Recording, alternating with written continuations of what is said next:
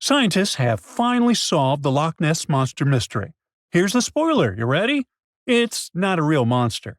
It's probably a dinosaur that survived through the ages, or just a bunch of debris floating on the water. Thanks to many findings on the Loch Ness creature, we have proof of another story to tell you. It was 1933 when a man named George Spicer and his wife were driving along the shores of Loch Ness. That's when they saw something massive with a long neck moving across the road. It looked like a creature straight out of the prehistoric era, a dinosaur-like beast unlike anything they'd ever seen. That was the moment that Loch Ness Monster theories started spreading around like wildfire. One of the most famous Loch Ness Monster sightings came just a year later, in 1934, when a man took a photograph that became the most well-known image of Nessie. That's the nickname she was given. She? Anyways, the photo, known as the surgeon's photograph, showed a long-necked creature rising out of the water, and for years it convinced people that the monster was real. But years later, the truth came out. One of the men who helped take the photo confessed it was all a hoax. The photo had been staged after all. When the photo was published, it had been significantly cropped. This made the animal in the picture look much bigger than in real life, fueling the theories that the Loch Ness Monster did in fact exist.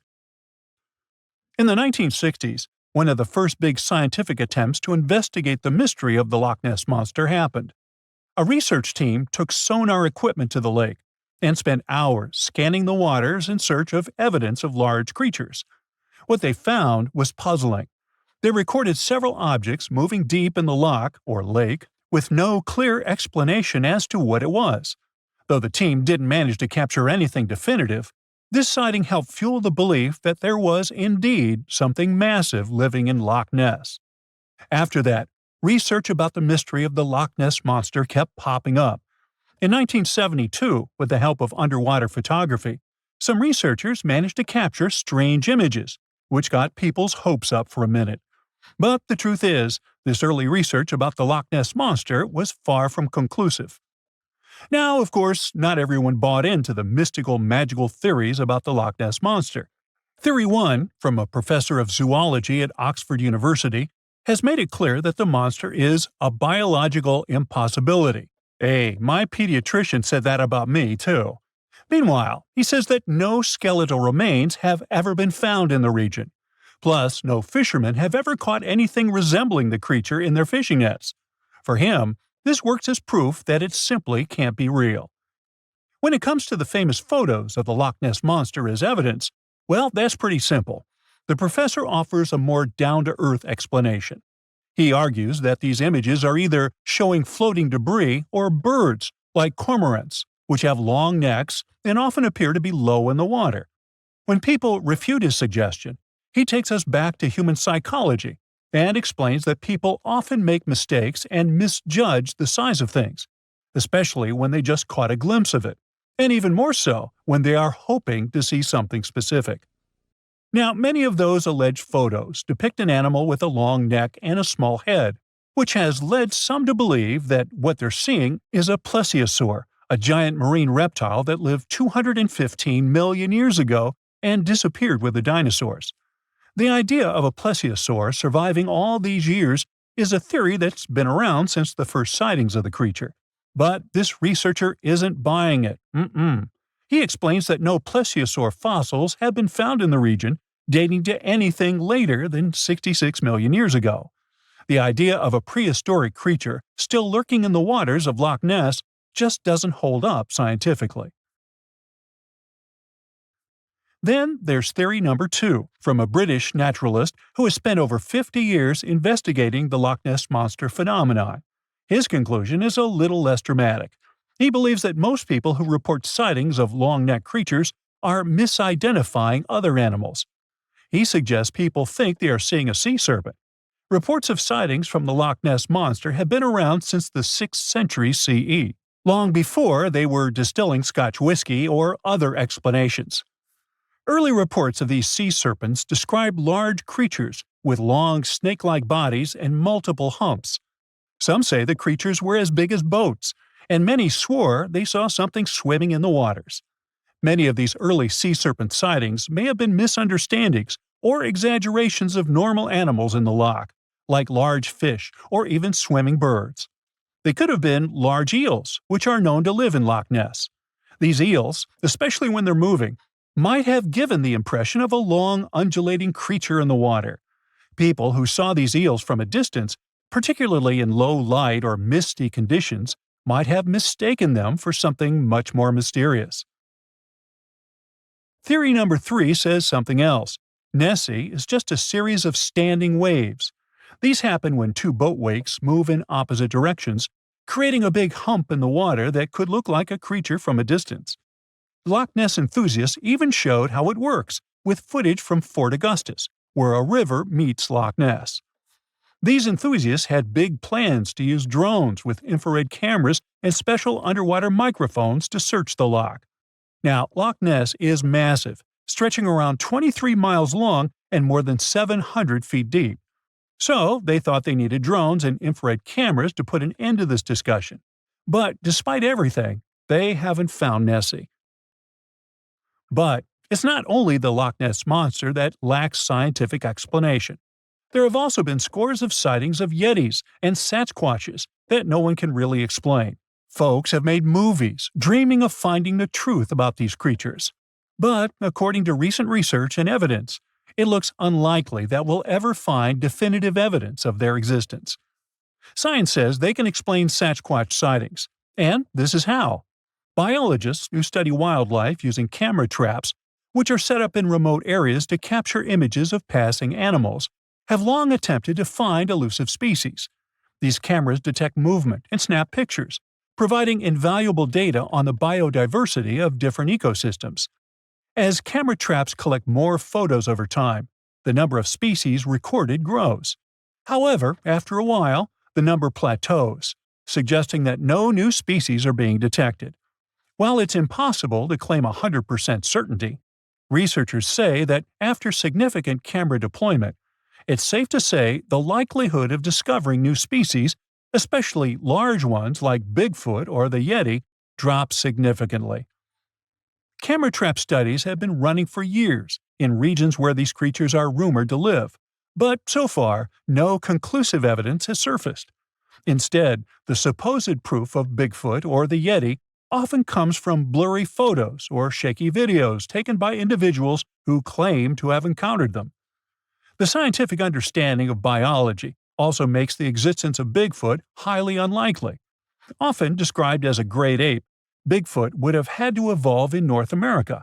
However, great apes evolved in Africa, and the only great ape to make it to the Americas is Homo sapiens, whose ancestors crossed the Bering Strait only about 16,000 years ago.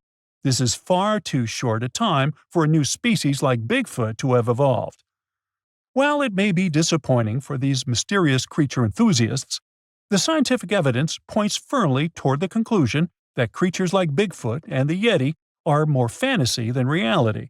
After decades of extensive scientific research, it's safe to say that yes, science has solved the mystery of the Loch Ness Monster, and it's pure fiction. So, what do you think? Think you know what lurks in the depths of the ocean? While nearly 95% of our oceans haven't been explored yet, it's hard not to let your imagination run wild. But thanks to brave explorers, deep-sea cameras, and awesome archaeologists, we do know about some pretty incredible sea creatures living in our waters today, and millions of years ago.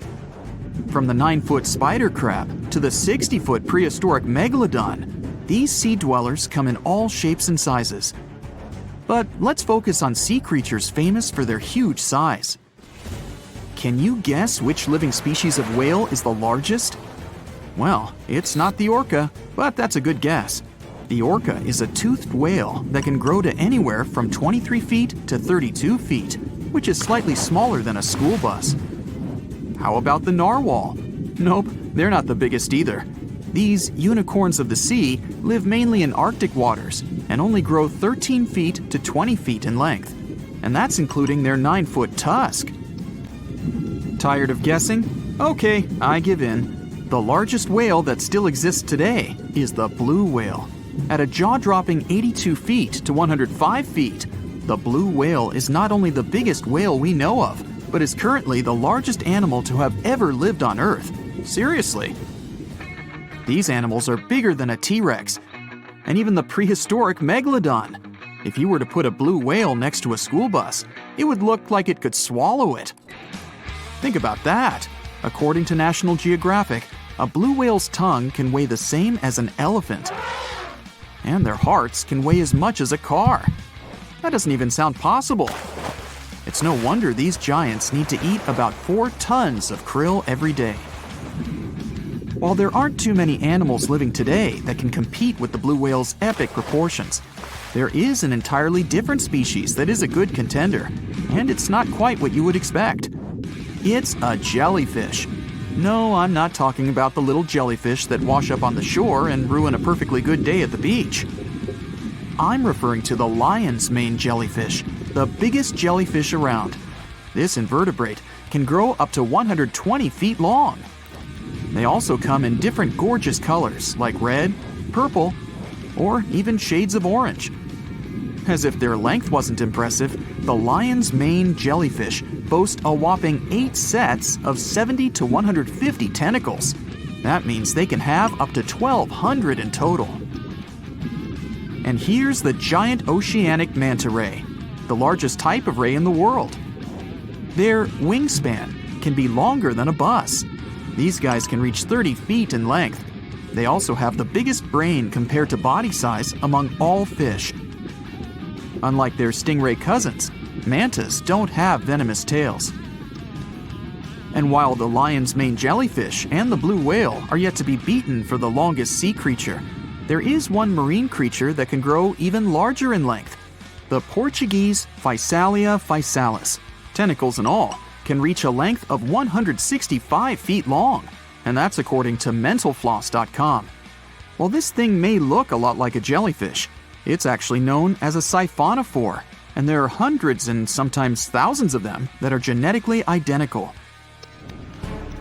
Their long tentacles help the organism catch prey, and its sting is fatal to most animals, even humans in some cases. What's even creepier is that if one of the tentacles comes off the organism for whatever reason, it can float around the water for days before decomposing. Even if it's detached, this tentacle can still sting you. But don't go running out of the ocean just yet. Your chances of being hurt by a Portuguese Physalia physalis sting are pretty slim. However, if you do get stung, the side effects aren't pretty, with welts, stomach cramps, an elevated heart rate, and an upset stomach.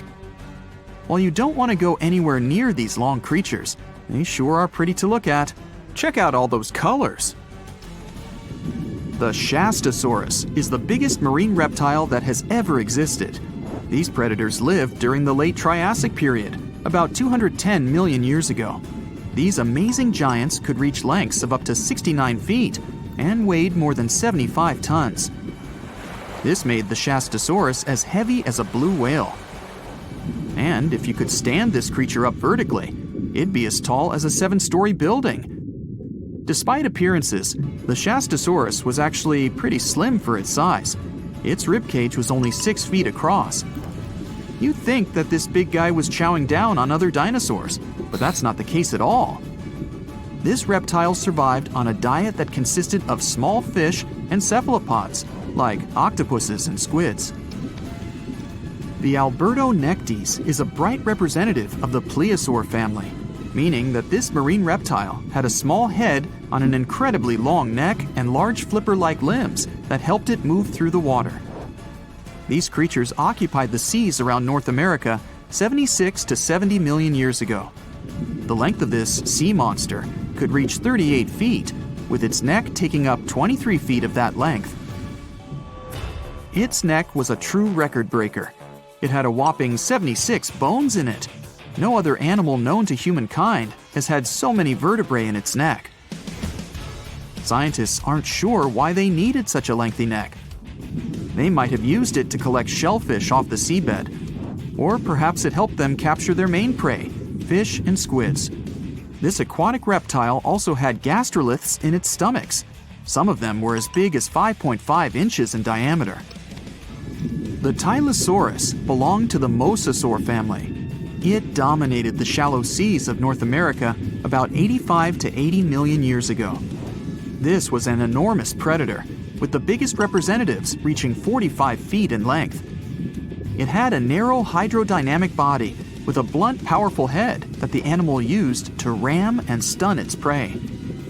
Its body was equipped with agile flippers and a long tail decorated with a maneuverable fin. The Tylosaurus was a carnivore, and its diet included not only fish, turtles, and small sharks, but also other mosasaurs, plesiosaurs, and flightless birds. Meet Ophthalmosaurus. This prehistoric reptile thrived during the late Jurassic period and lived in oceans all over the world. Ophthalmosaurus weighed somewhere around 6,000 pounds and grew to approximately 16 feet long, according to newdinosaurs.com. That's about the same length as the beluga whale that exists today. It's too bad these guys went extinct before we had a chance to see them ourselves, as their cartoonish wide eyes and dolphin-like features are pretty darn cute. Of course, the Ophthalmosaurus evolved over time to become ophthalmologists, or eye doctors that we know today. No, that's just a lie. Just testing you. The Mosasaurus is a truly gigantic predator that dominated the seas all over the world about 66 million years ago. According to fossil evidence, some specimens could be more than 50 feet in length. This fact makes the Mosasaurus the biggest marine carnivore of its time. One of the most terrifying things about this creature was its crocodile-like head, decorated with literally hundreds of razor-sharp teeth, neatly organized in 2 rows on both jaws. The thing is that it was pretty challenging for the Mosasaurus to grab its prey in the water. That's why it had all these teeth, plus something special: pterygoid teeth anchored to the bones on the roof of its mouth. This made hunting and holding onto its prey much easier. The Styxosaurus belonged to the plesiosaur family and lived during the late Cretaceous period, around 85 to 70 million years ago. Upon first glance at this dinosaur, you might mistake it for a sea snake, and it'd be an honest mistake. Styxosauruses were about 35 feet in length, but over 16 feet of that consisted just of their long snake-like neck. They had a comparatively small body and weighed approximately 4 tons. Their mouths were full of razor-sharp cone-shaped teeth that they used to catch fish. They didn't need to chew their prey, thanks to the 200 small stones called gastroliths in their bellies that probably aided in digestion. At the same time, some scientists believe that the Styxosaurus used these stones to sink to the ocean bottom in search of particular types of fish. Looks kinda like Nessie to me. What's the scariest predator under the ocean? The crocodile? I don't think so. Loch Ness Monster? Please, it never existed. How about the Chronosaurus? Well, it is extinct, but you might be onto something. Let's take a look at what it'd be like if these creatures were still around today. First things first, what on earth was it? The Chronosaurus was a marine carnivore that lived in the cool, high-latitude Eromanga Sea. It covered vast areas of inland Australia between 90 and 120 million years ago, during the early Cretaceous period. Near-complete fossils of the creature were also found near Colombia, which is a country that has a noted connection to prehistoric reptiles and turtles. This fact makes it extremely possible that the monster I'm about to describe existed worldwide. You might have heard saurus and thought, oh, it's a dinosaur. But these were actually reptiles. They were the largest member of the Pleosauroidea family, referred to as plesiosaurs. Fossil evidence suggests they weighed over 20,000 pounds and were roughly 30 feet in length. Just to put that in perspective, the longest crocodile ever measured was a saltwater crocodile by the name of Lolong from the Philippines. It was 20 feet in length and weighed just under 2,500 pounds. And that's still 10 feet shorter and incredibly lighter than the average Chronosaurus, making the crocodile seem like nothing more than a glorified goldfish in comparison. Despite its terrifying length, the most physically daunting feature of the Chronosaurus was its head. Its skull was about 8 feet long. which was actually proportionally large given the size of its body length. Anything that was unfortunate enough to end up inside the Chronosaurus's mouth may have been given false hope. After all, the teeth of the beast weren't actually that sharp. On second thought, I take that back. I wouldn't feel confident around a toothless snake, let alone being inside the mouth of this monster. But it's true that the Chronosaurus's teeth weren't sharp, especially when compared to other carnivorous reptiles, such as crocodiles and alligators. The teeth of this prehistoric sea creature were instead conical. This means that they were cone-like in shape. Unfortunately, this lack of sharpness didn't make them less dangerous. The teeth were enormous and could be up to 12 inches long from the crown tips to the bottom of the roots. This obviously meant that the Chronosaurus had an extremely powerful bite. It was estimated to be up to 30,000 newtons, which is almost twice as powerful as the bite of a large saltwater crocodile. Because of the bluntness of their teeth, they weren't suited for twisting their prey once in their grasp. But the size and shape of the teeth made them perfect for simple open and shut biting. They would have had no problem crushing hard objects such as the toughest of shells any sea turtle could offer.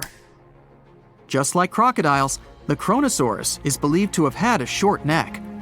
This may have been an adaptation to allow the beast to successfully catch small evasive animals.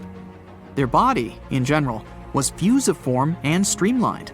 This means it was narrowed at both ends and had very little resistance to the flow of water.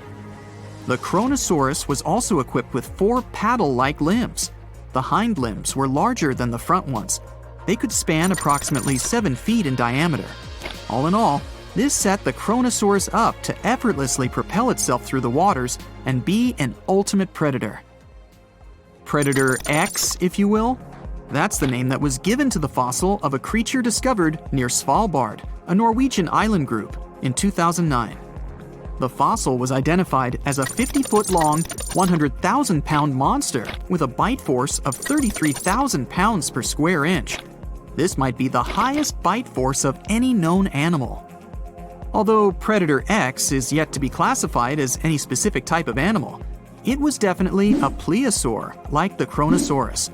And even if it wasn't Predator X, the Chronosaurus was still most definitely a ferocious titan when it roamed Earth's oceans. The Chronosaurus actually got its name from the Greek mythological figure of Cronus, the father of Zeus. Cronus was viewed as a titan from a generation of super powerful beings. So what was it that the Chronosaurus, this terrifying monster, actually feasted on to satisfy its appetite? This creature was known to eat sea turtles, squid, and other larger marine reptiles of that time, such as elasmosaurids and ichthyosaurs. This suggests that if crocodiles existed in the realms of the Chronosaurus, they too might have turned into lunch for the beast. There's evidence from the fossil remains of the Chronosaurus that suggests that they also feasted on sharks, which I know is a disappointment to those of you who view that beast as the king of the ocean. Not when the Chronosaurus was around, my friend. In any case, grounding all kinds of food into small pieces to help digest them would have been difficult without small teeth. This explains the presence of rounded stones found in many of the remains of these sea creatures. Researchers believe these stones may have been swallowed to control buoyancy or to help process food. It's also entirely possible they were accidentally swallowed while feeding on other animals from the seafloor. As if the Chronosaurus even needed to be a meanie with its already existing power and size, there's also evidence to suggest that it indeed might have been. It turns out that after using all its impressive attributes to catch its dinner, the Chronosaurus first liked to play with its food, like a cat does with a mouse. I guess since the hunt was so easy for them, they needed to get their fun from somewhere else. Well, I think now you should have a good idea about these creatures. So let's ask ourselves what it would be like if they were still around today. And by the way, why aren't they? Well, the Chronosaurus was completely finished off by the same KT meteor that took out the dinosaurs 66 million years ago. But even before this catastrophic event, they were coming under increased pressure from an even bigger and more vicious family of carnivorous marine reptiles known as mosasaurs. You can't always be a top dog, I guess, or rather, top marine reptile. But what if this never happened, and they were still roaming Earth? Well, this might be obvious, but can you imagine what kind of impact that would have on sea tourism? Based on the impact that famous movies about sharks and killer whales had, what do you think the presence of a Chronosaurus in the ocean would do to beaches? The very creature that would eat sharks and whales for breakfast. Beaches would certainly become a great place to go for a quiet walk, because nobody else would even be there. And what about such activities as boating, surfing, and scuba diving? You think anyone would dare try them, knowing that this 30-foot beast could be lurking beneath them? Let's give humans some credit and assume most of them wouldn't.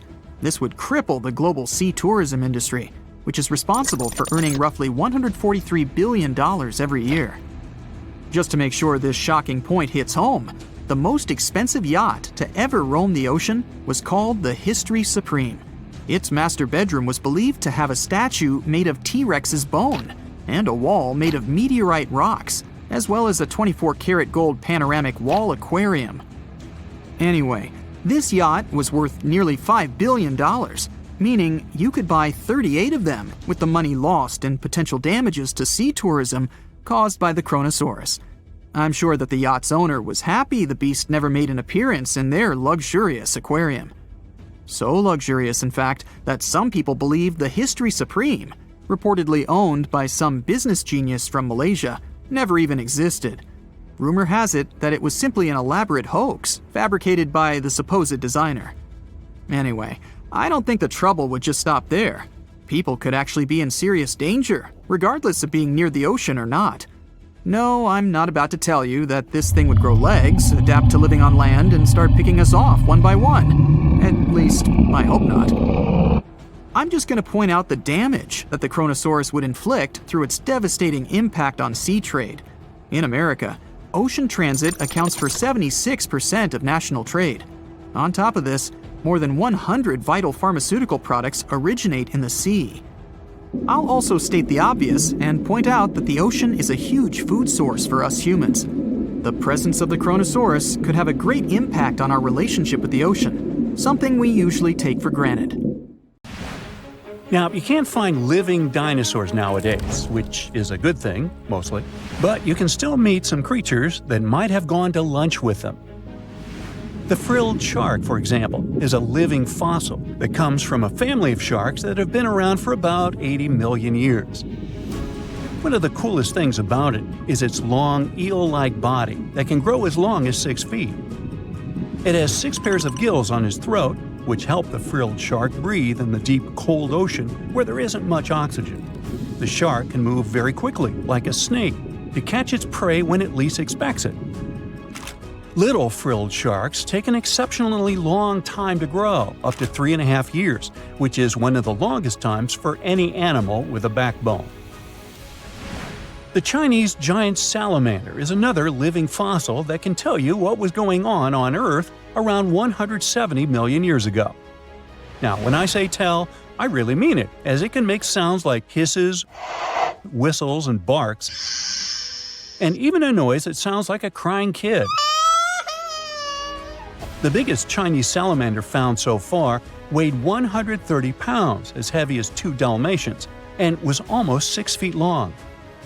Giant salamanders like to be alone. Hey, I want to be alone. And will chase away other salamanders from their space, except when it's time to start a family.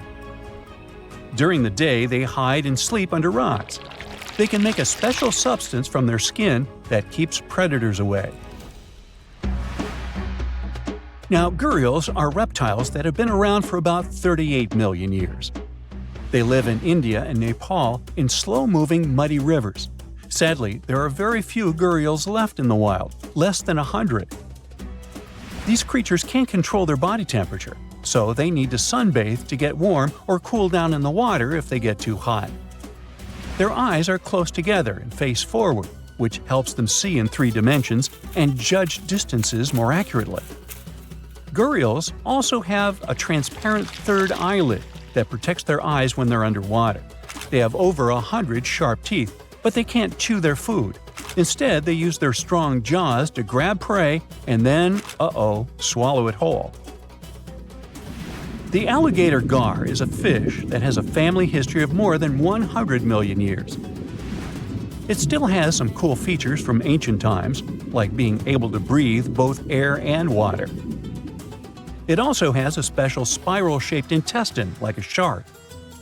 The alligator gar is one of the biggest and heaviest fish in North America. Just like an alligator, it has a long body and snout, plus a row of sharp teeth. But instead of legs, the gar has fins to help it swim underwater. The tuatara isn't a lizard as you might think, and isn't a dinosaur either. This New Zealand resident is one of the most unique animals in the world. Scientists love studying tuataras because they can help us understand how today's lizards and snakes evolved. One of the coolest things about the tuatara is its third eye, called a parietal eye, on its head. It has its own lens, retina, and a nerve that connects it to the brain. Scientists think it might help the tuatara know when it's light or dark outside and absorb sunlight to make vitamin D or help them keep their body temperature exactly right. Tuataras can live an extraordinarily long time, up to 100 years. Cassowaries are the youngsters on our list, as they've been around for only 60 million years. They have some things in common with dinosaurs, like their three-toed feet and how they breathe. Cassowaries love to eat fruit, lots and lots of fruit. This love of fruit helps the rainforest because when cassowaries eat the fruit, their bodies don't harm the seeds inside. As they move around the forest, they spread these seeds, you can guess how, with their own natural fertilizer, helping new plants grow. Cassowaries are big birds, about 6 feet tall and weigh over 100 pounds. They have a special claw on each foot that is 5 inches long, and they can use it to kick real fast. If they feel threatened, they can charge, kick, and even jump on someone. They can also leap up to 5 feet in the air. So, the best thing to do is stay far, far away from where they live. The order Notostraca is a group of crustaceans that you may know as tadpole shrimp or shield shrimps. These animals have been around for about 360 million years. They have a wide, flat shell that covers their head, and they have a pair of eyes on top. These creatures can be found all over the world in different kinds of water, like freshwater, brackish water, and even salty pools. They can also look different depending on where they live. Notostracans aren't picky eaters and can snack on pretty much anything, from plants to small animals and other shrimps. Some of them are considered pests in places like California rice paddies because they stir up the mud, which blocks sunlight from reaching the young rice plants. Sturgeons are some of the largest fish species on the planet. They live only in the cool waters of the northern hemisphere and never travel below the equator. Even though they are huge, sturgeons don't have teeth. They eat by sucking food off the bottom of rivers, gulfs, lakes, and oceans.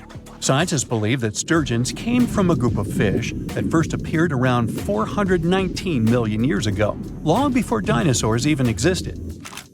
Their ancestors survived a big extinction event that wiped out 90% of all species and went on to become the largest fish in many rivers in North America and Eurasia. Sturgeons can live up to 100 years old or even older. Female sturgeons can lay up to 3 million eggs at a time, but not all of the eggs eventually turn into real fish. Our next hero, the Pacific lamprey, has successfully lived through at least 4 mass extinctions. Its ancient ancestors evolved over 450 million years ago. These creatures have cartilage instead of bones and a third eye, which is a special light-sensing organ on top of their heads. Instead of a regular jaw, they have a mouth surrounded by teeth. They latch onto prey and sup up body fluids like real underwater vampires. And although he wasn't living underwater, the story goes that King Henry I of England might have lost his life because of a lamprey. The English monarch loved this fish so much that he defied doctors' orders to stop eating its flesh. He got sick every time he'd have it, but the lack of bones and the unusual taste made the royal fall in love with it. As a result, he got some scary symptoms from eating lamprey, and eventually passed away. Can you say clueless? The elephant fish, also called the Australian ghost shark, has been on Earth for around 400 million years. Even though they're related to sharks, they aren't actually sharks. Instead of bones, their bodies are made entirely of cartilage. These fish have a special shiny tissue in their eyes that can make their eyes look like they change color from yellow to green. Elephant fish can be pretty tough and will fight back if they feel threatened. They like to be alone and usually don't hang out with other fish. Horseshoe crabs also deserve the title of survival champs, as they've been around even before dinosaurs, since 450 million years ago. 4 species are still roaming the ocean from Maine all the way to Mexico. Horseshoe crabs are more like spiders than ticks than they are like real crabs. They have 9 eyes, plus extra light sensors near their tails so they can see really well. They breathe underwater using flap-like gills near their belly, and sometimes they use these gills to swim upside down. Every spring, when the tide is high, these creatures come up to the beach at night to mate and lay their eggs, and you can see hundreds of thousands of them. Once upon a time, in the deep blue sea, there was a giant monster called the Kraken. People believed it lived in the waters near Norway and Greenland. The first time anyone wrote about the Kraken was a long, long time ago. It was a man named Erik Pontoppidan from Denmark in a book called The Natural History of Norway. He wrote that the Kraken looked like a huge octopus or cuttlefish, and it could pull ships down to the bottom of the ocean. Later on, people started to imagine the Kraken as a giant squid. Even today, the story of the Kraken is still very popular, and it can be found in books, movies, or games. The stories surrounding the Kraken might sound like nothing more than local folklore or myths, but in 2004, the first giant squid was photographed. This amazing discovery was made by a team of Japanese scientists who had been working for years to capture a live giant squid on camera. They used a baited line with a camera attached to it to lure the giant squid to the surface. They also used a special lure that mimicked the light patterns of a small creature to attract the giant squid. After several days of waiting, the team finally got lucky. The image showed the giant creature's long tentacles and large eyes, as well as its distinctive body shape. It didn't stop there, though. In 2012, another team of scientists, this time from National Geographic, filmed a live giant squid for the first time in its natural habitat. This footage gave the world a much better understanding of the giant squid and its behavior. You've surely heard about this next myth too. It was said to be the most beautiful and wealthy city to ever exist. Its entrance was decorated with marble statues. The architecture of this city was sturdy and imposing. The depictions of Greek deities beautifully painted could be seen almost everywhere. The city has been the subject of debate for historians and fiction writers alike. We still have very little information on the location of the ancient city of Atlantis. That is, if it even existed. Since it was supposedly swallowed by the sea in its entirety, it's no wonder some curious minds linked it to other mysterious locations on Earth, even to the Bermuda Triangle. But let's not get ahead of ourselves. It's not yet confirmed that Atlantis truly existed.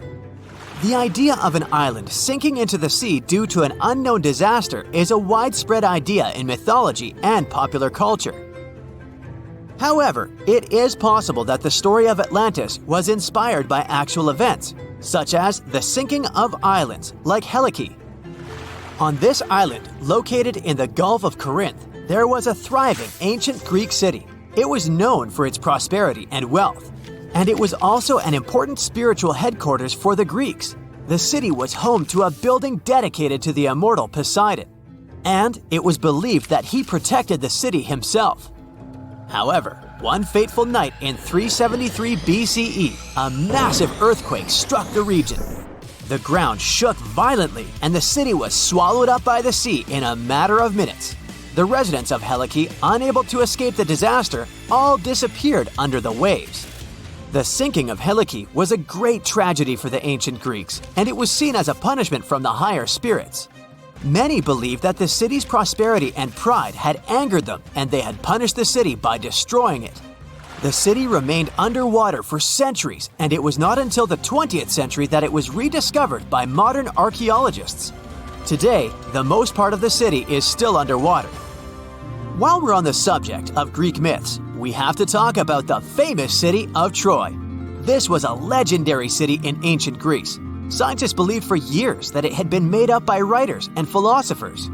According to an ancient Greek legend, the city was founded by the Trojan prince Paris, who stole Helen, the wife of King Menelaus of Sparta, and brought her back to Troy.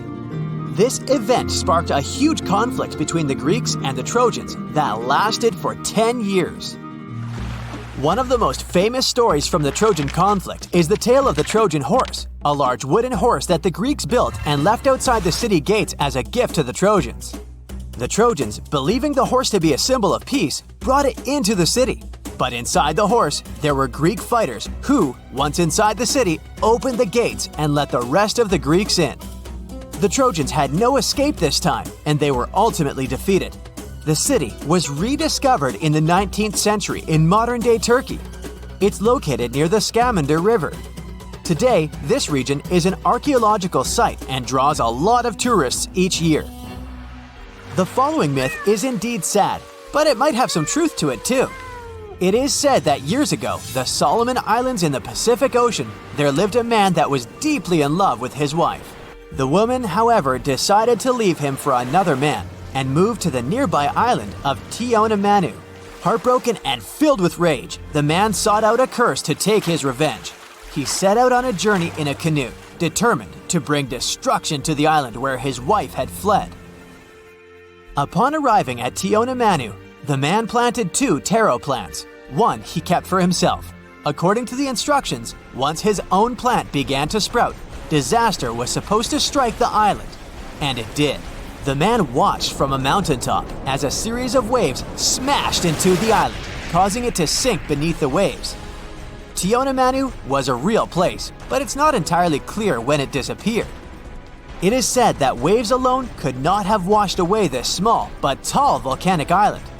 But an undersea earthquake could have probably done it. The island was balanced on the edge of an unstable underwater slope. The most reasonable explanation is that a huge earthquake shook the region, which made the weak foundation collapse and caused the island to sink beneath the waves. This island-sized landslide would have pushed a lot of water out of the way, which would have created a series of massive mega tsunamis. So, although those vengeful waves could have occurred, they were most likely the result of another event. And that sad man, with his curse fulfilled, returned to the Solomon Islands with his heart still heavy after the loss of his wife. We won't leave the ocean waves just yet, but we're heading over to Hawaii. A legend has it that once upon a time, there was a Hawaiian higher spirit named Pele. She was the protector of volcanic fire and was said to have arrived at the islands to flee from her older sister. To conceal herself, Pele hid in various hideaways on each of the islands until she finally concealed herself in a pit at Kilauea. This is why, according to the legend, Kilauea is known as Hawaii's active volcanic center today. The story may be visually stunning, but in reality, volcanism is caused by the superheated mantle that triggers a lot of melting beneath the surface of our planet. People also say that Pele's tears and hair can be found scattered around the volcano. However, reality has more to do with physics than with folklore. When lava cools rapidly, particularly when it gets quenched in water or a small amount of it flies through the air, it turns into volcanic glass. When it stretches and cools down, it can sometimes form tear-shaped droplets, or it can get stretched so thin that it begins to look like strands of hair. We know today that Hawaii is a volcanic region known for its fire mountains, with huge streams of lava shooting up from active vents. It's no wonder it became an ideal origin place for the story of 2 sisters and their sibling rivalry. Today, I'm gonna tell you about creatures that had unique. I don't ever slow up, no I don't take shit. I got no love for the fakeness. If you wanna play tough and wanna hate this, I'll always show up. I don't ever slow up, no I don't take shit. I got no love for the fakeness. If you wanna play tough and wanna hate this, I'll always show up and make a statement. I don't ever slow up, no I don't take shit. I got no love for the fakeness. If you wanna play tough and wanna hate this, I'll always show up and make a statement. Everything I do so instinctive and so passionate. Every word I move so descriptive like an adjective. I got a vendetta against people who patented being negative when you should be getting after it. I got facts over tracks, this and that. Spitting slow, spitting fast, I could roast, I could gas. Think I'm okay at last, but I don't know if that can erase all the past. And the pettiness, a reflection of the emptiness. Hilarious, you think you're worth my time, you're delirious. Mysterious, because you hide behind a fake exterior. Inferior, you know I'll always be a bit superior. Get off of me, this ain't no humble brag. I want you to hear words, you can say them back. I want you to feel free from the chains at last, and to believe in what you got, it was built to last, yeah. Now that I've been put through hell, I never got anyone's help. I had to do it all myself. I don't ever slow up, no I don't take shit. I got no love for the fakeness. If you wanna play tough and wanna hate this, I'll always show up and make a statement. I don't ever slow up, no I don't take shit. I got no love for the fakeness. If you wanna play tough and wanna hate this, I'll always show up and make a statement. Gonna learn the consequence of being incompetent. Mental health is confidence, dreams and some honestness. I'm not here to save the day, that's for you to take away. I could play a million mind games, but instead I say something not illogical, something that is topical. Rub it on and watch it go, make yourself unstoppable. Dreams are irresponsible, but they're always possible. If you just believe, you could be so remarkable. Thoughts in my head, a collage and they spread. I'll be great one day, going off of my meds. No, I'm not giving up, no, I'm not giving in. I will make it to the top, taking off in the wind. I gotta make it, I'm saving every day to taste it. I'm patient, but my mind, it can hardly take it. I'm chasing a dream that I've had for several ages. A vacant, modern kingdom for the taking. Now that I've been put through hell, I never got anyone's help. I had to do it all myself. I don't ever slow up, no I don't take shit. I got no love for the fakeness. If you wanna play tough and wanna hate this, I'll always show up and make a statement. I don't ever slow up, no I don't take shit. I got no love for the fakeness. If you wanna play tough and wanna hate this, I'll always show up and make a statement. I don't ever slow up, no I don't take shit. I got no love for the fakeness. If you wanna play tough and wanna hate this, I'll always show up.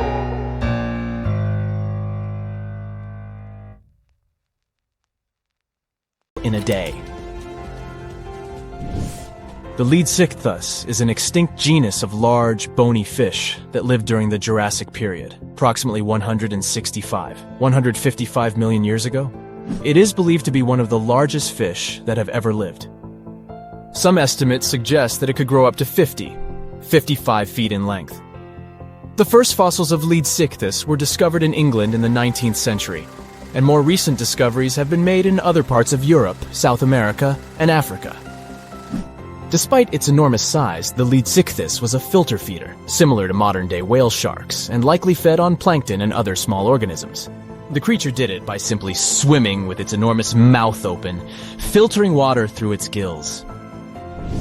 The pterodostro is an extinct species of flamingo-like birds that lived approximately 35 million years ago.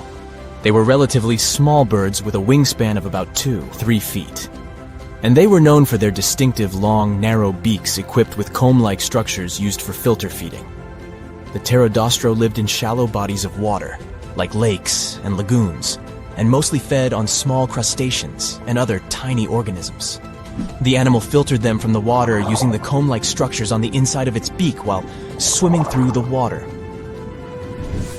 The African elephant is the largest land animal on Earth, and one of the most recognizable ones. There are two species of the African elephant, the savanna elephant, Loxodonta africana, and the forest elephant, Loxodonta cyclotis. You can see them in various parts of sub-Saharan Africa. These creatures can be identified by their large size, gray skin, and long trunks. African elephants can grow up to 13 feet tall and weigh up to 14,000 pounds, depending on the species and gender.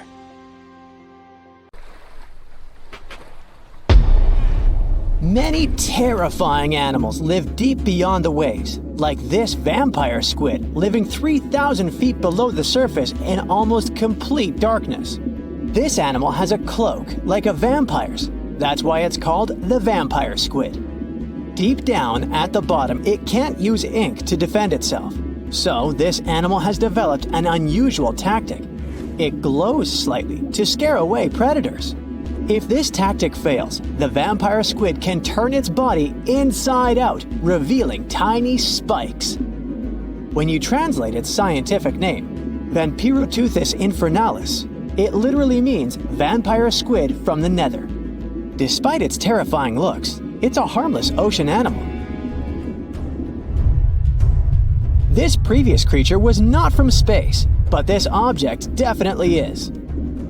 Before Elon Musk found a way to reuse rockets, NASA would simply drop old ones after launching astronauts into space, most of the time in the ocean or deserts.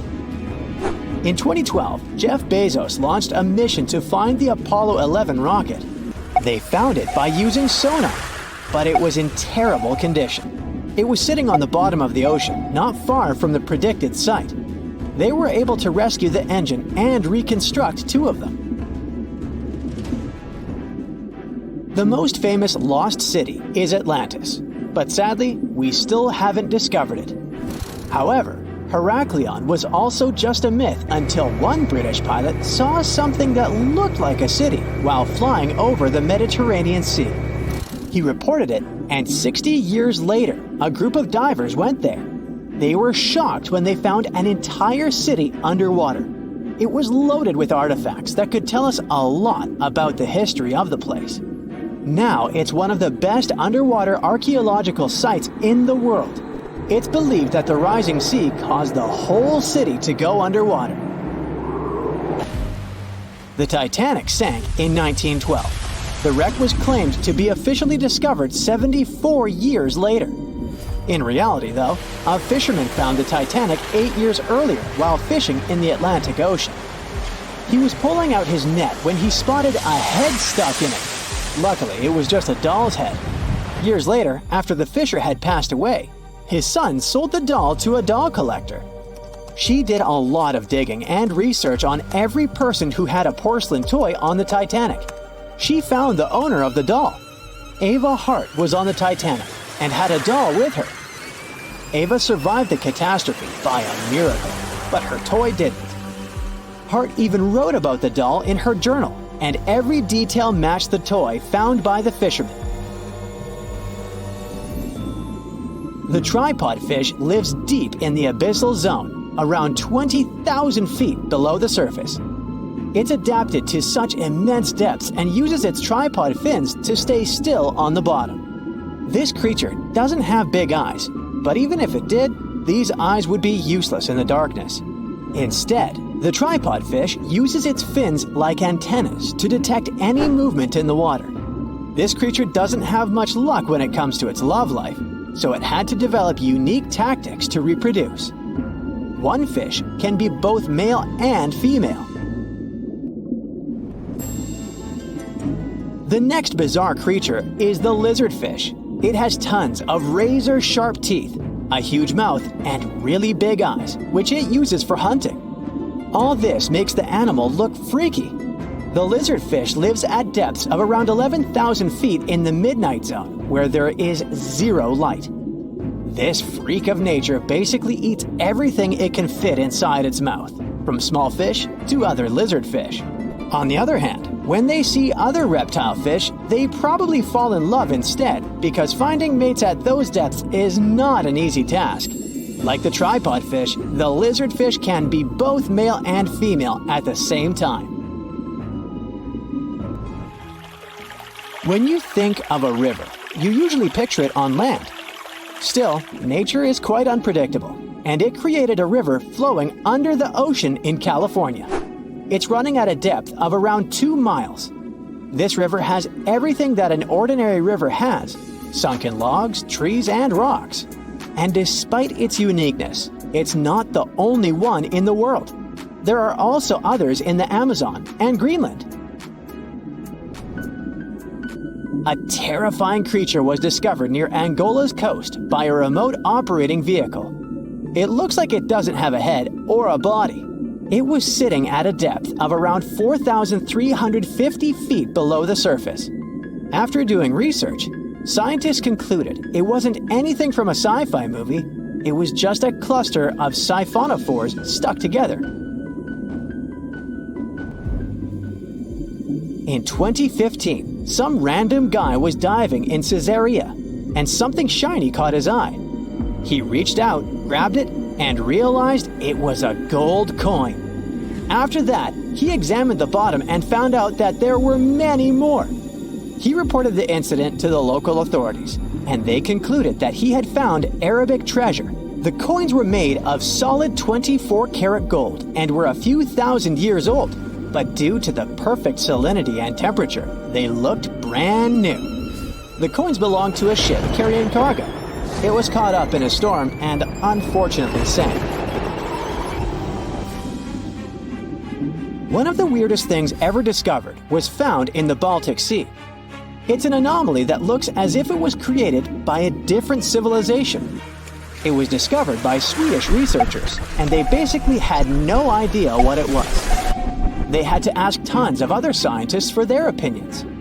When you look at this formation from above, it's 200 feet long and looks exactly like a fallen spaceship. It's hard to believe that it's a natural formation, but spoiler alert, it's totally made by nature because the Baltic Sea has gone through many erosions throughout history. Most likely, the bizarre formation is the result of these processes. A group of divers in Madagascar were shocked when they found this 7-foot monstrosity of a knife on the seafloor. The speculation started immediately, and many said that the knife was from some giants that had fought megalodons and lived on Earth thousands and thousands of years ago. That could make a nice story, but the knife is most likely a movie prop that was lost at sea. One of the ocean's most bizarre animals is the frilled shark. It's believed that this fish is the reason for all those sea serpent stories that sea explorers of the past wrote about. These animals live pretty deep in the ocean, but sometimes they can be seen in shallow waters. It's super rare, but possible. The frilled shark has a big mouth sporting around 300 teeth. It also has a long body that looks like a lizard's, and it is truly a unique species of shark. Its prey can be half of its size because this shark's stomach is like that of a snake, and it can swallow huge fish or crustaceans. Spotting a few worms in your garden is no big deal, but after seeing a 26-foot long one in the ocean, you will make your wetsuit a little wetter. This worm is super rare, and it's completely harmless to humans. It's actually not a giant worm. It's a cluster of zooids that are stuck together in a worm-shaped formation. They usually only eat plankton, bacteria, and other tiny things that can be found in the ocean. Probably the scariest thing in the ocean that is 100% real is the Magna Pinna, which can be found at crazy depths of 20,000 feet below the surface. This monster looks like an underwater Slender Man, but it's just a squid with really long tentacles that can reach a terrifying size of 8 feet. This guy has only been seen a few times, and basically, we don't know much about this creature so far. Well, hey there! We dive back in time and into the oceans over 500 million years ago, just, because we can. Whoa! Watch out! It's not megalodon or giant sea reptiles you need to look out for here. It's a bizarre, unearthly-looking creature called Anomalocaris. The name means unlike any other shrimp, and I think you'll agree, it looks like a nightmarish cross between a shrimp and a modern-day centipede. 2 tentacles protruding from its face, each lined with razor-sharp teeth. Oh yeah, and this thing was about the size of your leg. With a wave-like movement of the flaps on each side of its body, it was graceful for a terrifying creature.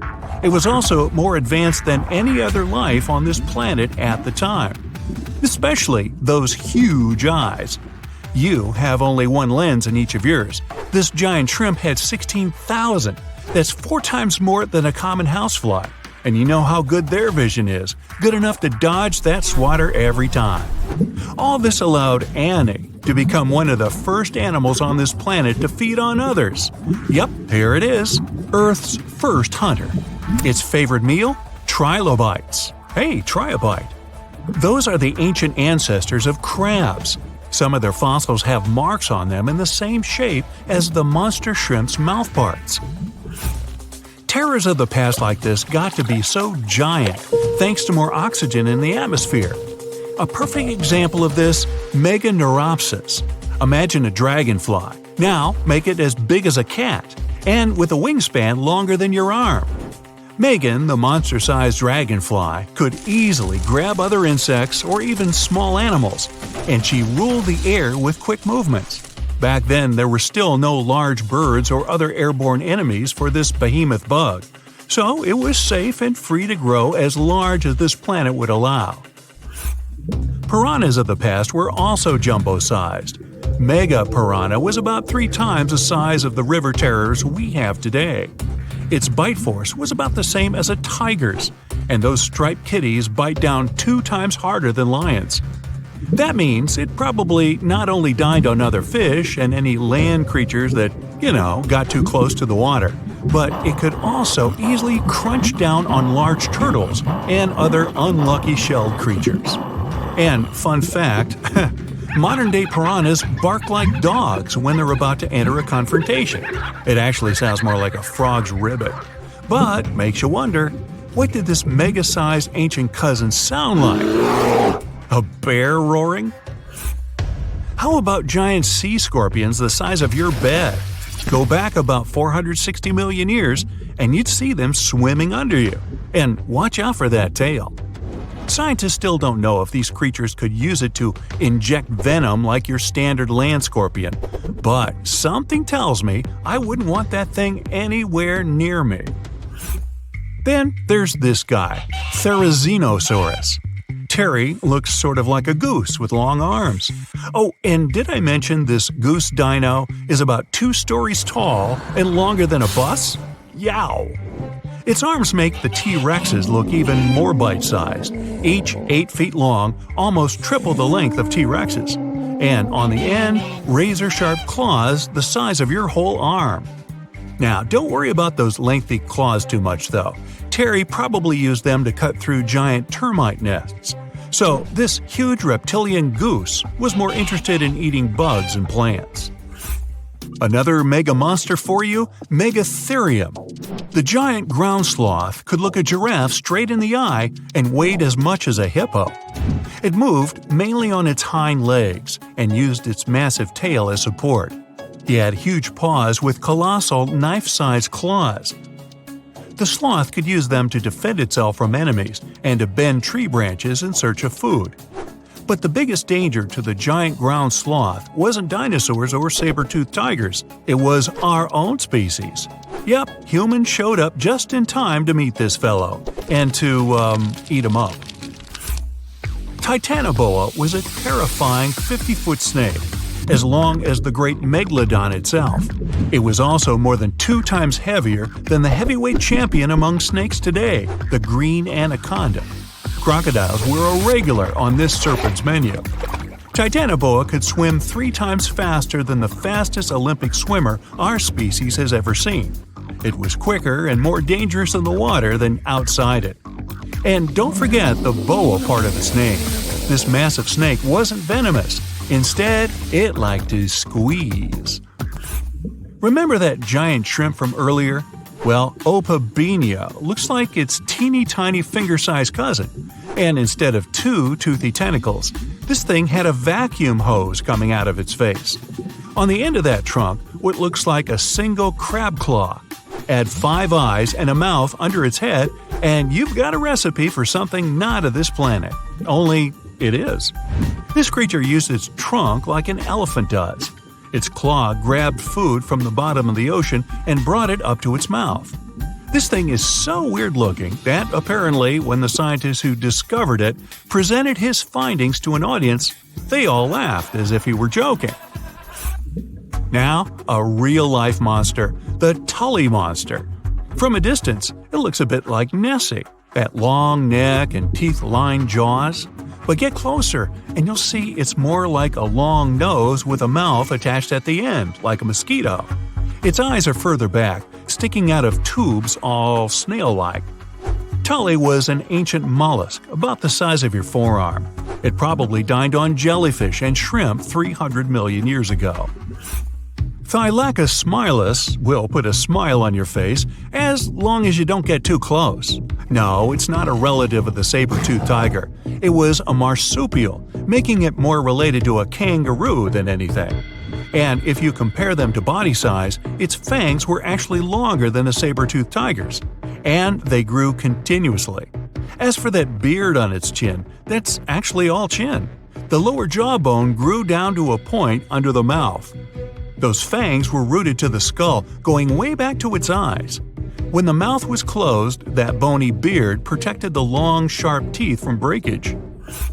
Staganapolis, not to be confused with Minneapolis, might look like a big crocodile with a squished-in snout, but it was mostly harmless. Its small head and very few teeth meant the reptile didn't have much to work with when protecting itself. That's what all those armored scales were for, and no need for huge fangs or long rows of razor-sharp teeth when you're a plant eater. That beak-like tip on its nose allowed the stag to dig up plants. So, really, this reptile was more like a 10-foot scaly pig than a croc. Basilosaurus was a type of ancient whale that lived on our planet about 45 million years ago. Not quite as long as a blue whale, but this guy was still big enough to munch down on other whales and even sharks. Some people believe these monsters could still exist today. Eyewitnesses claim to have seen a giant sea dragon, and Basilosaurus fits the description. Plus, 90% of our oceans are unexplored. There's plenty of space to hide a sea monster. But scientists haven't found any fossils of this ancient whale younger than 3.7 million years. So, this myth is busted. Stegosaurus is one of the most recognizable dinosaurs that ever lived. It can easily be distinguished by those huge spikes on its tail and the bony plates on its back. It was twice as long as a giraffe and nearly 5 times heavier. But compared to its body size, it had the world's smallest brain. It was no larger than a dog's. Pelagornis had the largest wingspan of any bird ever discovered. It was twice the size of the largest bird today, the wandering albatross. Such huge wings made it hard for the bird to take off. It could only do so by jumping off cliffs. And when it finally spread its wings, this giant could only go about 40 miles per hour. The fastest bird today can reach speeds 5 times that. How heavy is the largest living snake? How can a snake eat a whale? Get ready, I'm about to answer these questions. Before the last ice age, giant mammals like mammoths ruled the world. The modern animal kingdom we're familiar with was shaped around 55 million years ago. I mean, there were still 1,000-pound bear dogs living from Asia to America. But modern whales, for instance, began to appear later. I'm saying modern whales because, surprise, surprise, whales weren't always fully aquatic. The ancestors of the ocean's biggest animals once walked on dry land. They had 4 legs and lived on the coast. Now, I want to introduce you to a snake that used to eat these whales, the Paleophis, a genus of a marine snake. Scientists say it's hard to understand how big the Paleophis was due to its fragmentary fossil record. They assumed that it could have reached up to 40 feet long. Its fossils were found in different parts of the world, from England to Morocco and Virginia, USA. The Paleophis is extinct now, and sea snakes today are only about a quarter of the size this majestic creature used to be. So no need to worry about this underwater monster. But there once was an even bigger snake, the Titan boa. It was around 50 feet long and most likely weighed over a ton. It used to live in what is now known as northeastern Colombia around 60 to 58 million years ago. Scientists say that it mostly fed on fish. Another giant animal that lived in the past was the black Gigantopithecus. These primates aren't related to gorillas. They lived in the area of modern China. Some people believe that they're still alive, but so far, no one has laid eyes on them. Some people even go further and say that the stories of Bigfoot or Yeti are based on these animals. This rodent became extinct about 2 million years ago. Its main habitat was South America, more specifically, Uruguay. What's astonishing about this species is that it was the largest rodent ever known. It was bigger than a bull. Scientists believe that it weighed up to 1,000 pounds. A distant relative of this rodent is still alive today. It's called the pacarana. It's a rare animal that lives in South America. It weighs up to 33 pounds and measures up to 31 inches, not including its cute and fluffy tail. The Arthropleura was an insect that lived in prehistoric times. Imagine a giant millipede measuring up to 8 feet in length. Here you go. It was one of the largest land animals of its era, about 315 million years ago. The Arthropleura's shell was covered with tough plates. These plates were there to protect the creature from damage. Most of the time, it burrowed into the ground to avoid becoming some other animal's dinner. Meet the megalodon. Millions of years ago, this shark lived in the ocean and ate other marine creatures. It had wide teeth, and its jaws were so powerful that the animal could finish off its prey with the force of its bite. It was one of the largest sharks to ever exist. Yet, this predator also went extinct. Scientists don't really know the reason. This made me wonder why animals were so big in the past. Nowadays, smaller creatures flee or hide from predators. But apparently, it wasn't like this before. Many centuries ago, animals didn't just run or hide, they fought back. Research suggests that this behavior may have been the most important motivation for prey to grow bigger. A study compared the skulls of ancient animals to those of their modern peers. The skulls of predatory animals have become shorter and narrower, while the skulls of the animals they hunted have become longer and broader. This means that predators learned to become experts in hunting, while prey worked on developing their defense skills. You see, a larger body size was a great advantage because it made it harder for predators to take down the animals they hunted. The bottom line, self-defense made prehistoric animals larger. The second reason why ancient animals were larger is related to their bones. They had hollow bones, which are lighter than solid bones. This type of bone allowed large animals to move quickly. Let's take sauropods. They were a dinosaur subgroup. Sauropods had giraffe-like long necks and snake-like long tails. Compared to their body size, their head was really tiny.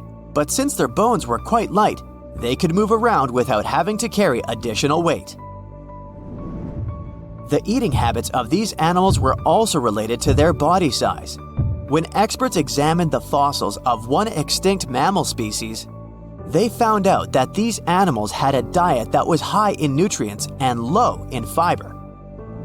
And this mammal was the largest land animal of its period. In other words, following this diet, mammals could grow to be very large. There was plenty of food out there, so they didn't have to worry about finding it. Fun fact, these animals also took chewing out of the picture. They could swallow their food in large pieces instead of taking small bites. Environmental conditions also played an important role in the evolution of larger animals in prehistoric times. Those animals tended to live in warm, moist climates that provided them with a lot of food. They didn't have to compete for food sources. Researchers believe that because of these conditions, natural selection worked in a certain way.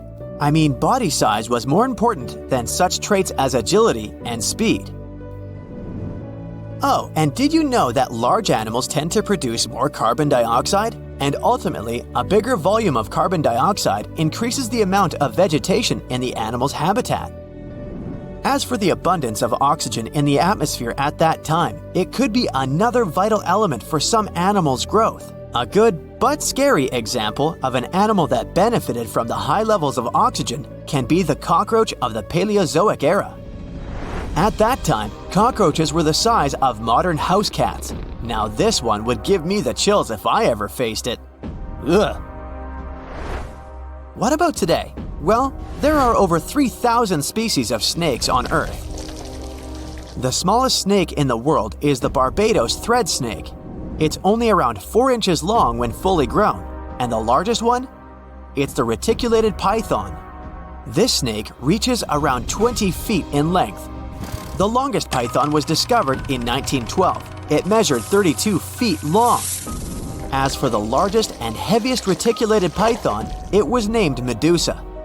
Medusa was approximately 25 feet long and weighed 350 pounds. These reptiles lived in Southeast Asia in rainforests, woodlands, and grasslands. Don't be confused though, the reticulated python isn't the heaviest snake in the world. This title belongs to the green anaconda. It weighs approximately 500 pounds. Green anacondas are found in South America and Trinidad in damp, humid areas. I have a bonus for you. Here is a flying snake. You can find these snakes in Southeast Asia. They don't fly like birds, of course, but they do use the power of flight. They can go as high as 300 feet. They leap from tree branches into the air. Once they take off, it's all about aerodynamics. Their main technique is flaring their ribs and pulling in their abdomens. While airborne, they undulate from one side to another and slightly up and down. This motion helps snakes to turn and glide. Why bother with all this if they can just crawl in an old-school way? Scientists aren't sure, but they believe it might be related to escaping from predators. This way, they move from one tree to another without having to get down to the ground. Every now and then, people discover fossils of animals that lived millions of years ago. These ancient discoveries continue to capture our imagination. Which of these animals would you like to see alive? It looks like a prehistoric creature that came from the time of dinosaurs. This scary beast is called the basking shark. It can grow up to 39 feet. People have only reported 3 of them in the past 160 years. The last sighting was in 2015, and before that, about 80 years ago. These sharks sometimes rise to the surface to filter out small animals, such as shrimps and other small crustaceans, when they want to have a nice, tasty seafood dinner. But when there isn't enough grub at the surface, they go down to the depths of almost 3,300 feet, where they tend to stay for months, which is something researchers discovered using satellite tags. Tag, you're it! Now, basking sharks like to spend their time in more temperate waters, but they can migrate long distances. They live across the globe, but in warm tropical or subtropical areas, they won't go near the surface because they're not fans of high temperatures. The lion's mane jellyfish is not that rare, but it's fascinating how large it is. It's the biggest among jellyfish species and the longest animal. Its total length can reach 120 feet. That's approximately 23 feet more than the longest blue whale scientists know about. The jellyfish has around 70 to 150 tentacles, and they all contain huge amounts of neurotoxins that can seriously harm you if you come in contact with the animal.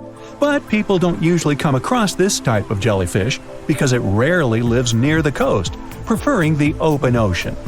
Generally, you can find the lion's mane jellyfish no deeper than 65 feet below the surface, where it dines on small fishes, zooplankton, and some other types of jellyfish. It uses its tentacles to catch its value male. Hey, you want fries with that? The giant phantom jelly comes out of the darkness and depths of the ocean's midnight zone. Its sun hat-shaped bell reaches over 3 feet across. This bell trails 4 ribbon-like mouth arms that can be up to 33 feet long. This quite rare creature uses its mouth arms to catch unfortunate animals swimming around and not knowing what's coming for them.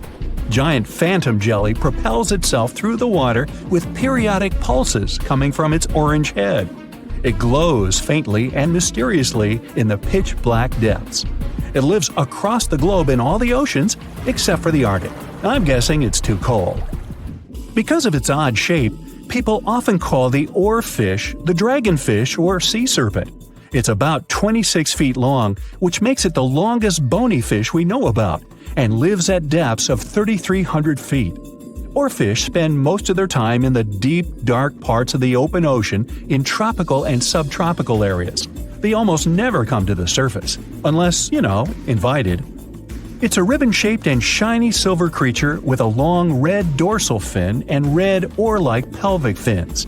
Its body has no scales and is very thin. The fish can grow to a length of about 30 feet and weigh 660 pounds. Oarfish have really big eyes that help them see better in their dark, scary surroundings. The frilled shark is definitely one of the gnarliest-looking marine animals out there. If you saw it somewhere, you'd probably think you went back to the age of dinosaurs. Yup, the frilled shark is a prehistoric creature because its roots go back 80 million years. This living fossil can grow to be 7 feet long. It got its name from its frilly gills. Even though frilled sharks have the shark part in their name, they swim similar to an eel in a distinctly serpentine way. Its mouth is terrifying. Similar to the maw of the great white shark, it has 300 trident-shaped teeth lined in 25 rows. Hey, come a little closer, huh? Researchers discovered this creature in the 19th century, but people rarely see it, and no wonder. It usually lives at depths of between 390 and 4,200 feet. Most of the time, the frilled shark feeds on squid, swallowing them whole. Its long jaws allowed the frilled shark to gape extra wide and swallow animals half as long as its entire body. Goblin sharks are very rare. Researchers have spotted fewer than 50 of them in more than 120 years. But maybe that's for the best, since we're talking about a pretty scary fella with a narrow snout and sharp teeth. It's also capable of thrusting its entire jaw outward when it wants to catch something. Sounds familiar. As it's lurking through the dark depths of the ocean, a goblin shark sees a small squid that looks quite yummy. The dangerous animal inches toward the squid. When the poor creature notices the predator, it tries to dart away, but it's too late. The shark has already thrust its jaw the whole 3 inches out of its mouth. This jaw is connected to the flaps of skin the shark can unfold. This helps a lot because the goblin shark is a sluggish animal, so it's pretty hard for it to chase its food. After finishing its lunch, the goblin shark puts its jaw back in its mouth and swims away as if nothing's happened. Goblin sharks mostly live at the bottom of the ocean. Like many other shark species, they prefer swimming alone. Here's a silver-colored creature with very rough skin. That's the ocean sunfish, with a total length of almost 11 feet. Its other name is mola. The ocean sunfish is the heaviest of all bony fish out there. People sometimes call it a swimming head because of its bizarre appearance. These creatures have such a weird shape because they're born with a back fin that never actually grows. It just folds into itself as the animal matures and creates a rounded rudder. The sunfish is a bit clumsy. It moves with the help of its mighty fins that allow the animal to swim on its side. This marine inhabitant is a solitary creature. It mostly feeds on zooplankton and jellyfish. The spotted wobbegong is one of the world's rarest sharks. It grows to be more than 10 feet long. It may not look as terrifying as some of its shark relatives, but it's pretty good at catching unsuspecting animals swimming past, mostly during the night. The animal has a spiracle, which is why it can breathe while staying still at the bottom of the ocean. It's motionless most of the time, which is why you can barely notice it. Its flat body and large pelvic and pectoral fins blend in with the underwater terrain. That's why they're so good at hiding. This ability helps when these sharks want to protect themselves too. Wobbegong means carpet shark. They usually live close to the ocean floor in coral reefs, on sandy bottoms, and under piers. People have even spotted the shark in the water that is barely deep enough to cover its flattened body. Now, blobfish lack teeth and bones, so they can't actively hunt. Since they don't have much muscle mass, they can barely move around. Hey, I had a roommate like that once. They get their energy from animals they scoop up from the seafloor. They also know how to conserve this energy. That's how it usually goes with deep-sea creatures. They don't have as much food as those animals that swim closer to the surface. Instead, they have special body mechanisms that allow them to save energy for the times when they don't have much to eat. Pressure at the depths where the blobfish lives is 120 times as high as that at the surface. That's why the bizarre creature looks like a weird gelatinous mass only when you bring it up to the surface. The pressure here is not strong enough to keep its body together. Hey, breaking up is hard to do. The white margin stargazer could compete with the blobfish for the title of the ugliest animal in the sea, don't you think? Now, this animal has eyes on the top of its head, together with an upward-facing mouth which the creature uses to hide itself in the sand. That's where it spends most of its time, with only its eyes protruding from the sand. It chills this way until some small animal passes by. It can lunge at its target incredibly quickly, literally within milliseconds. This creates a vacuum in the water that pulls in a crab, fish, or some other small, unfortunate animal. Another tactic involves venom. This fish has a venomous spine in its shoulder blade that helps with catching other animals and defending itself against enemies. Even though it's not related to the electric eel, the white margin stargazer can generate an electric shock as powerful as 50 volts. Ow!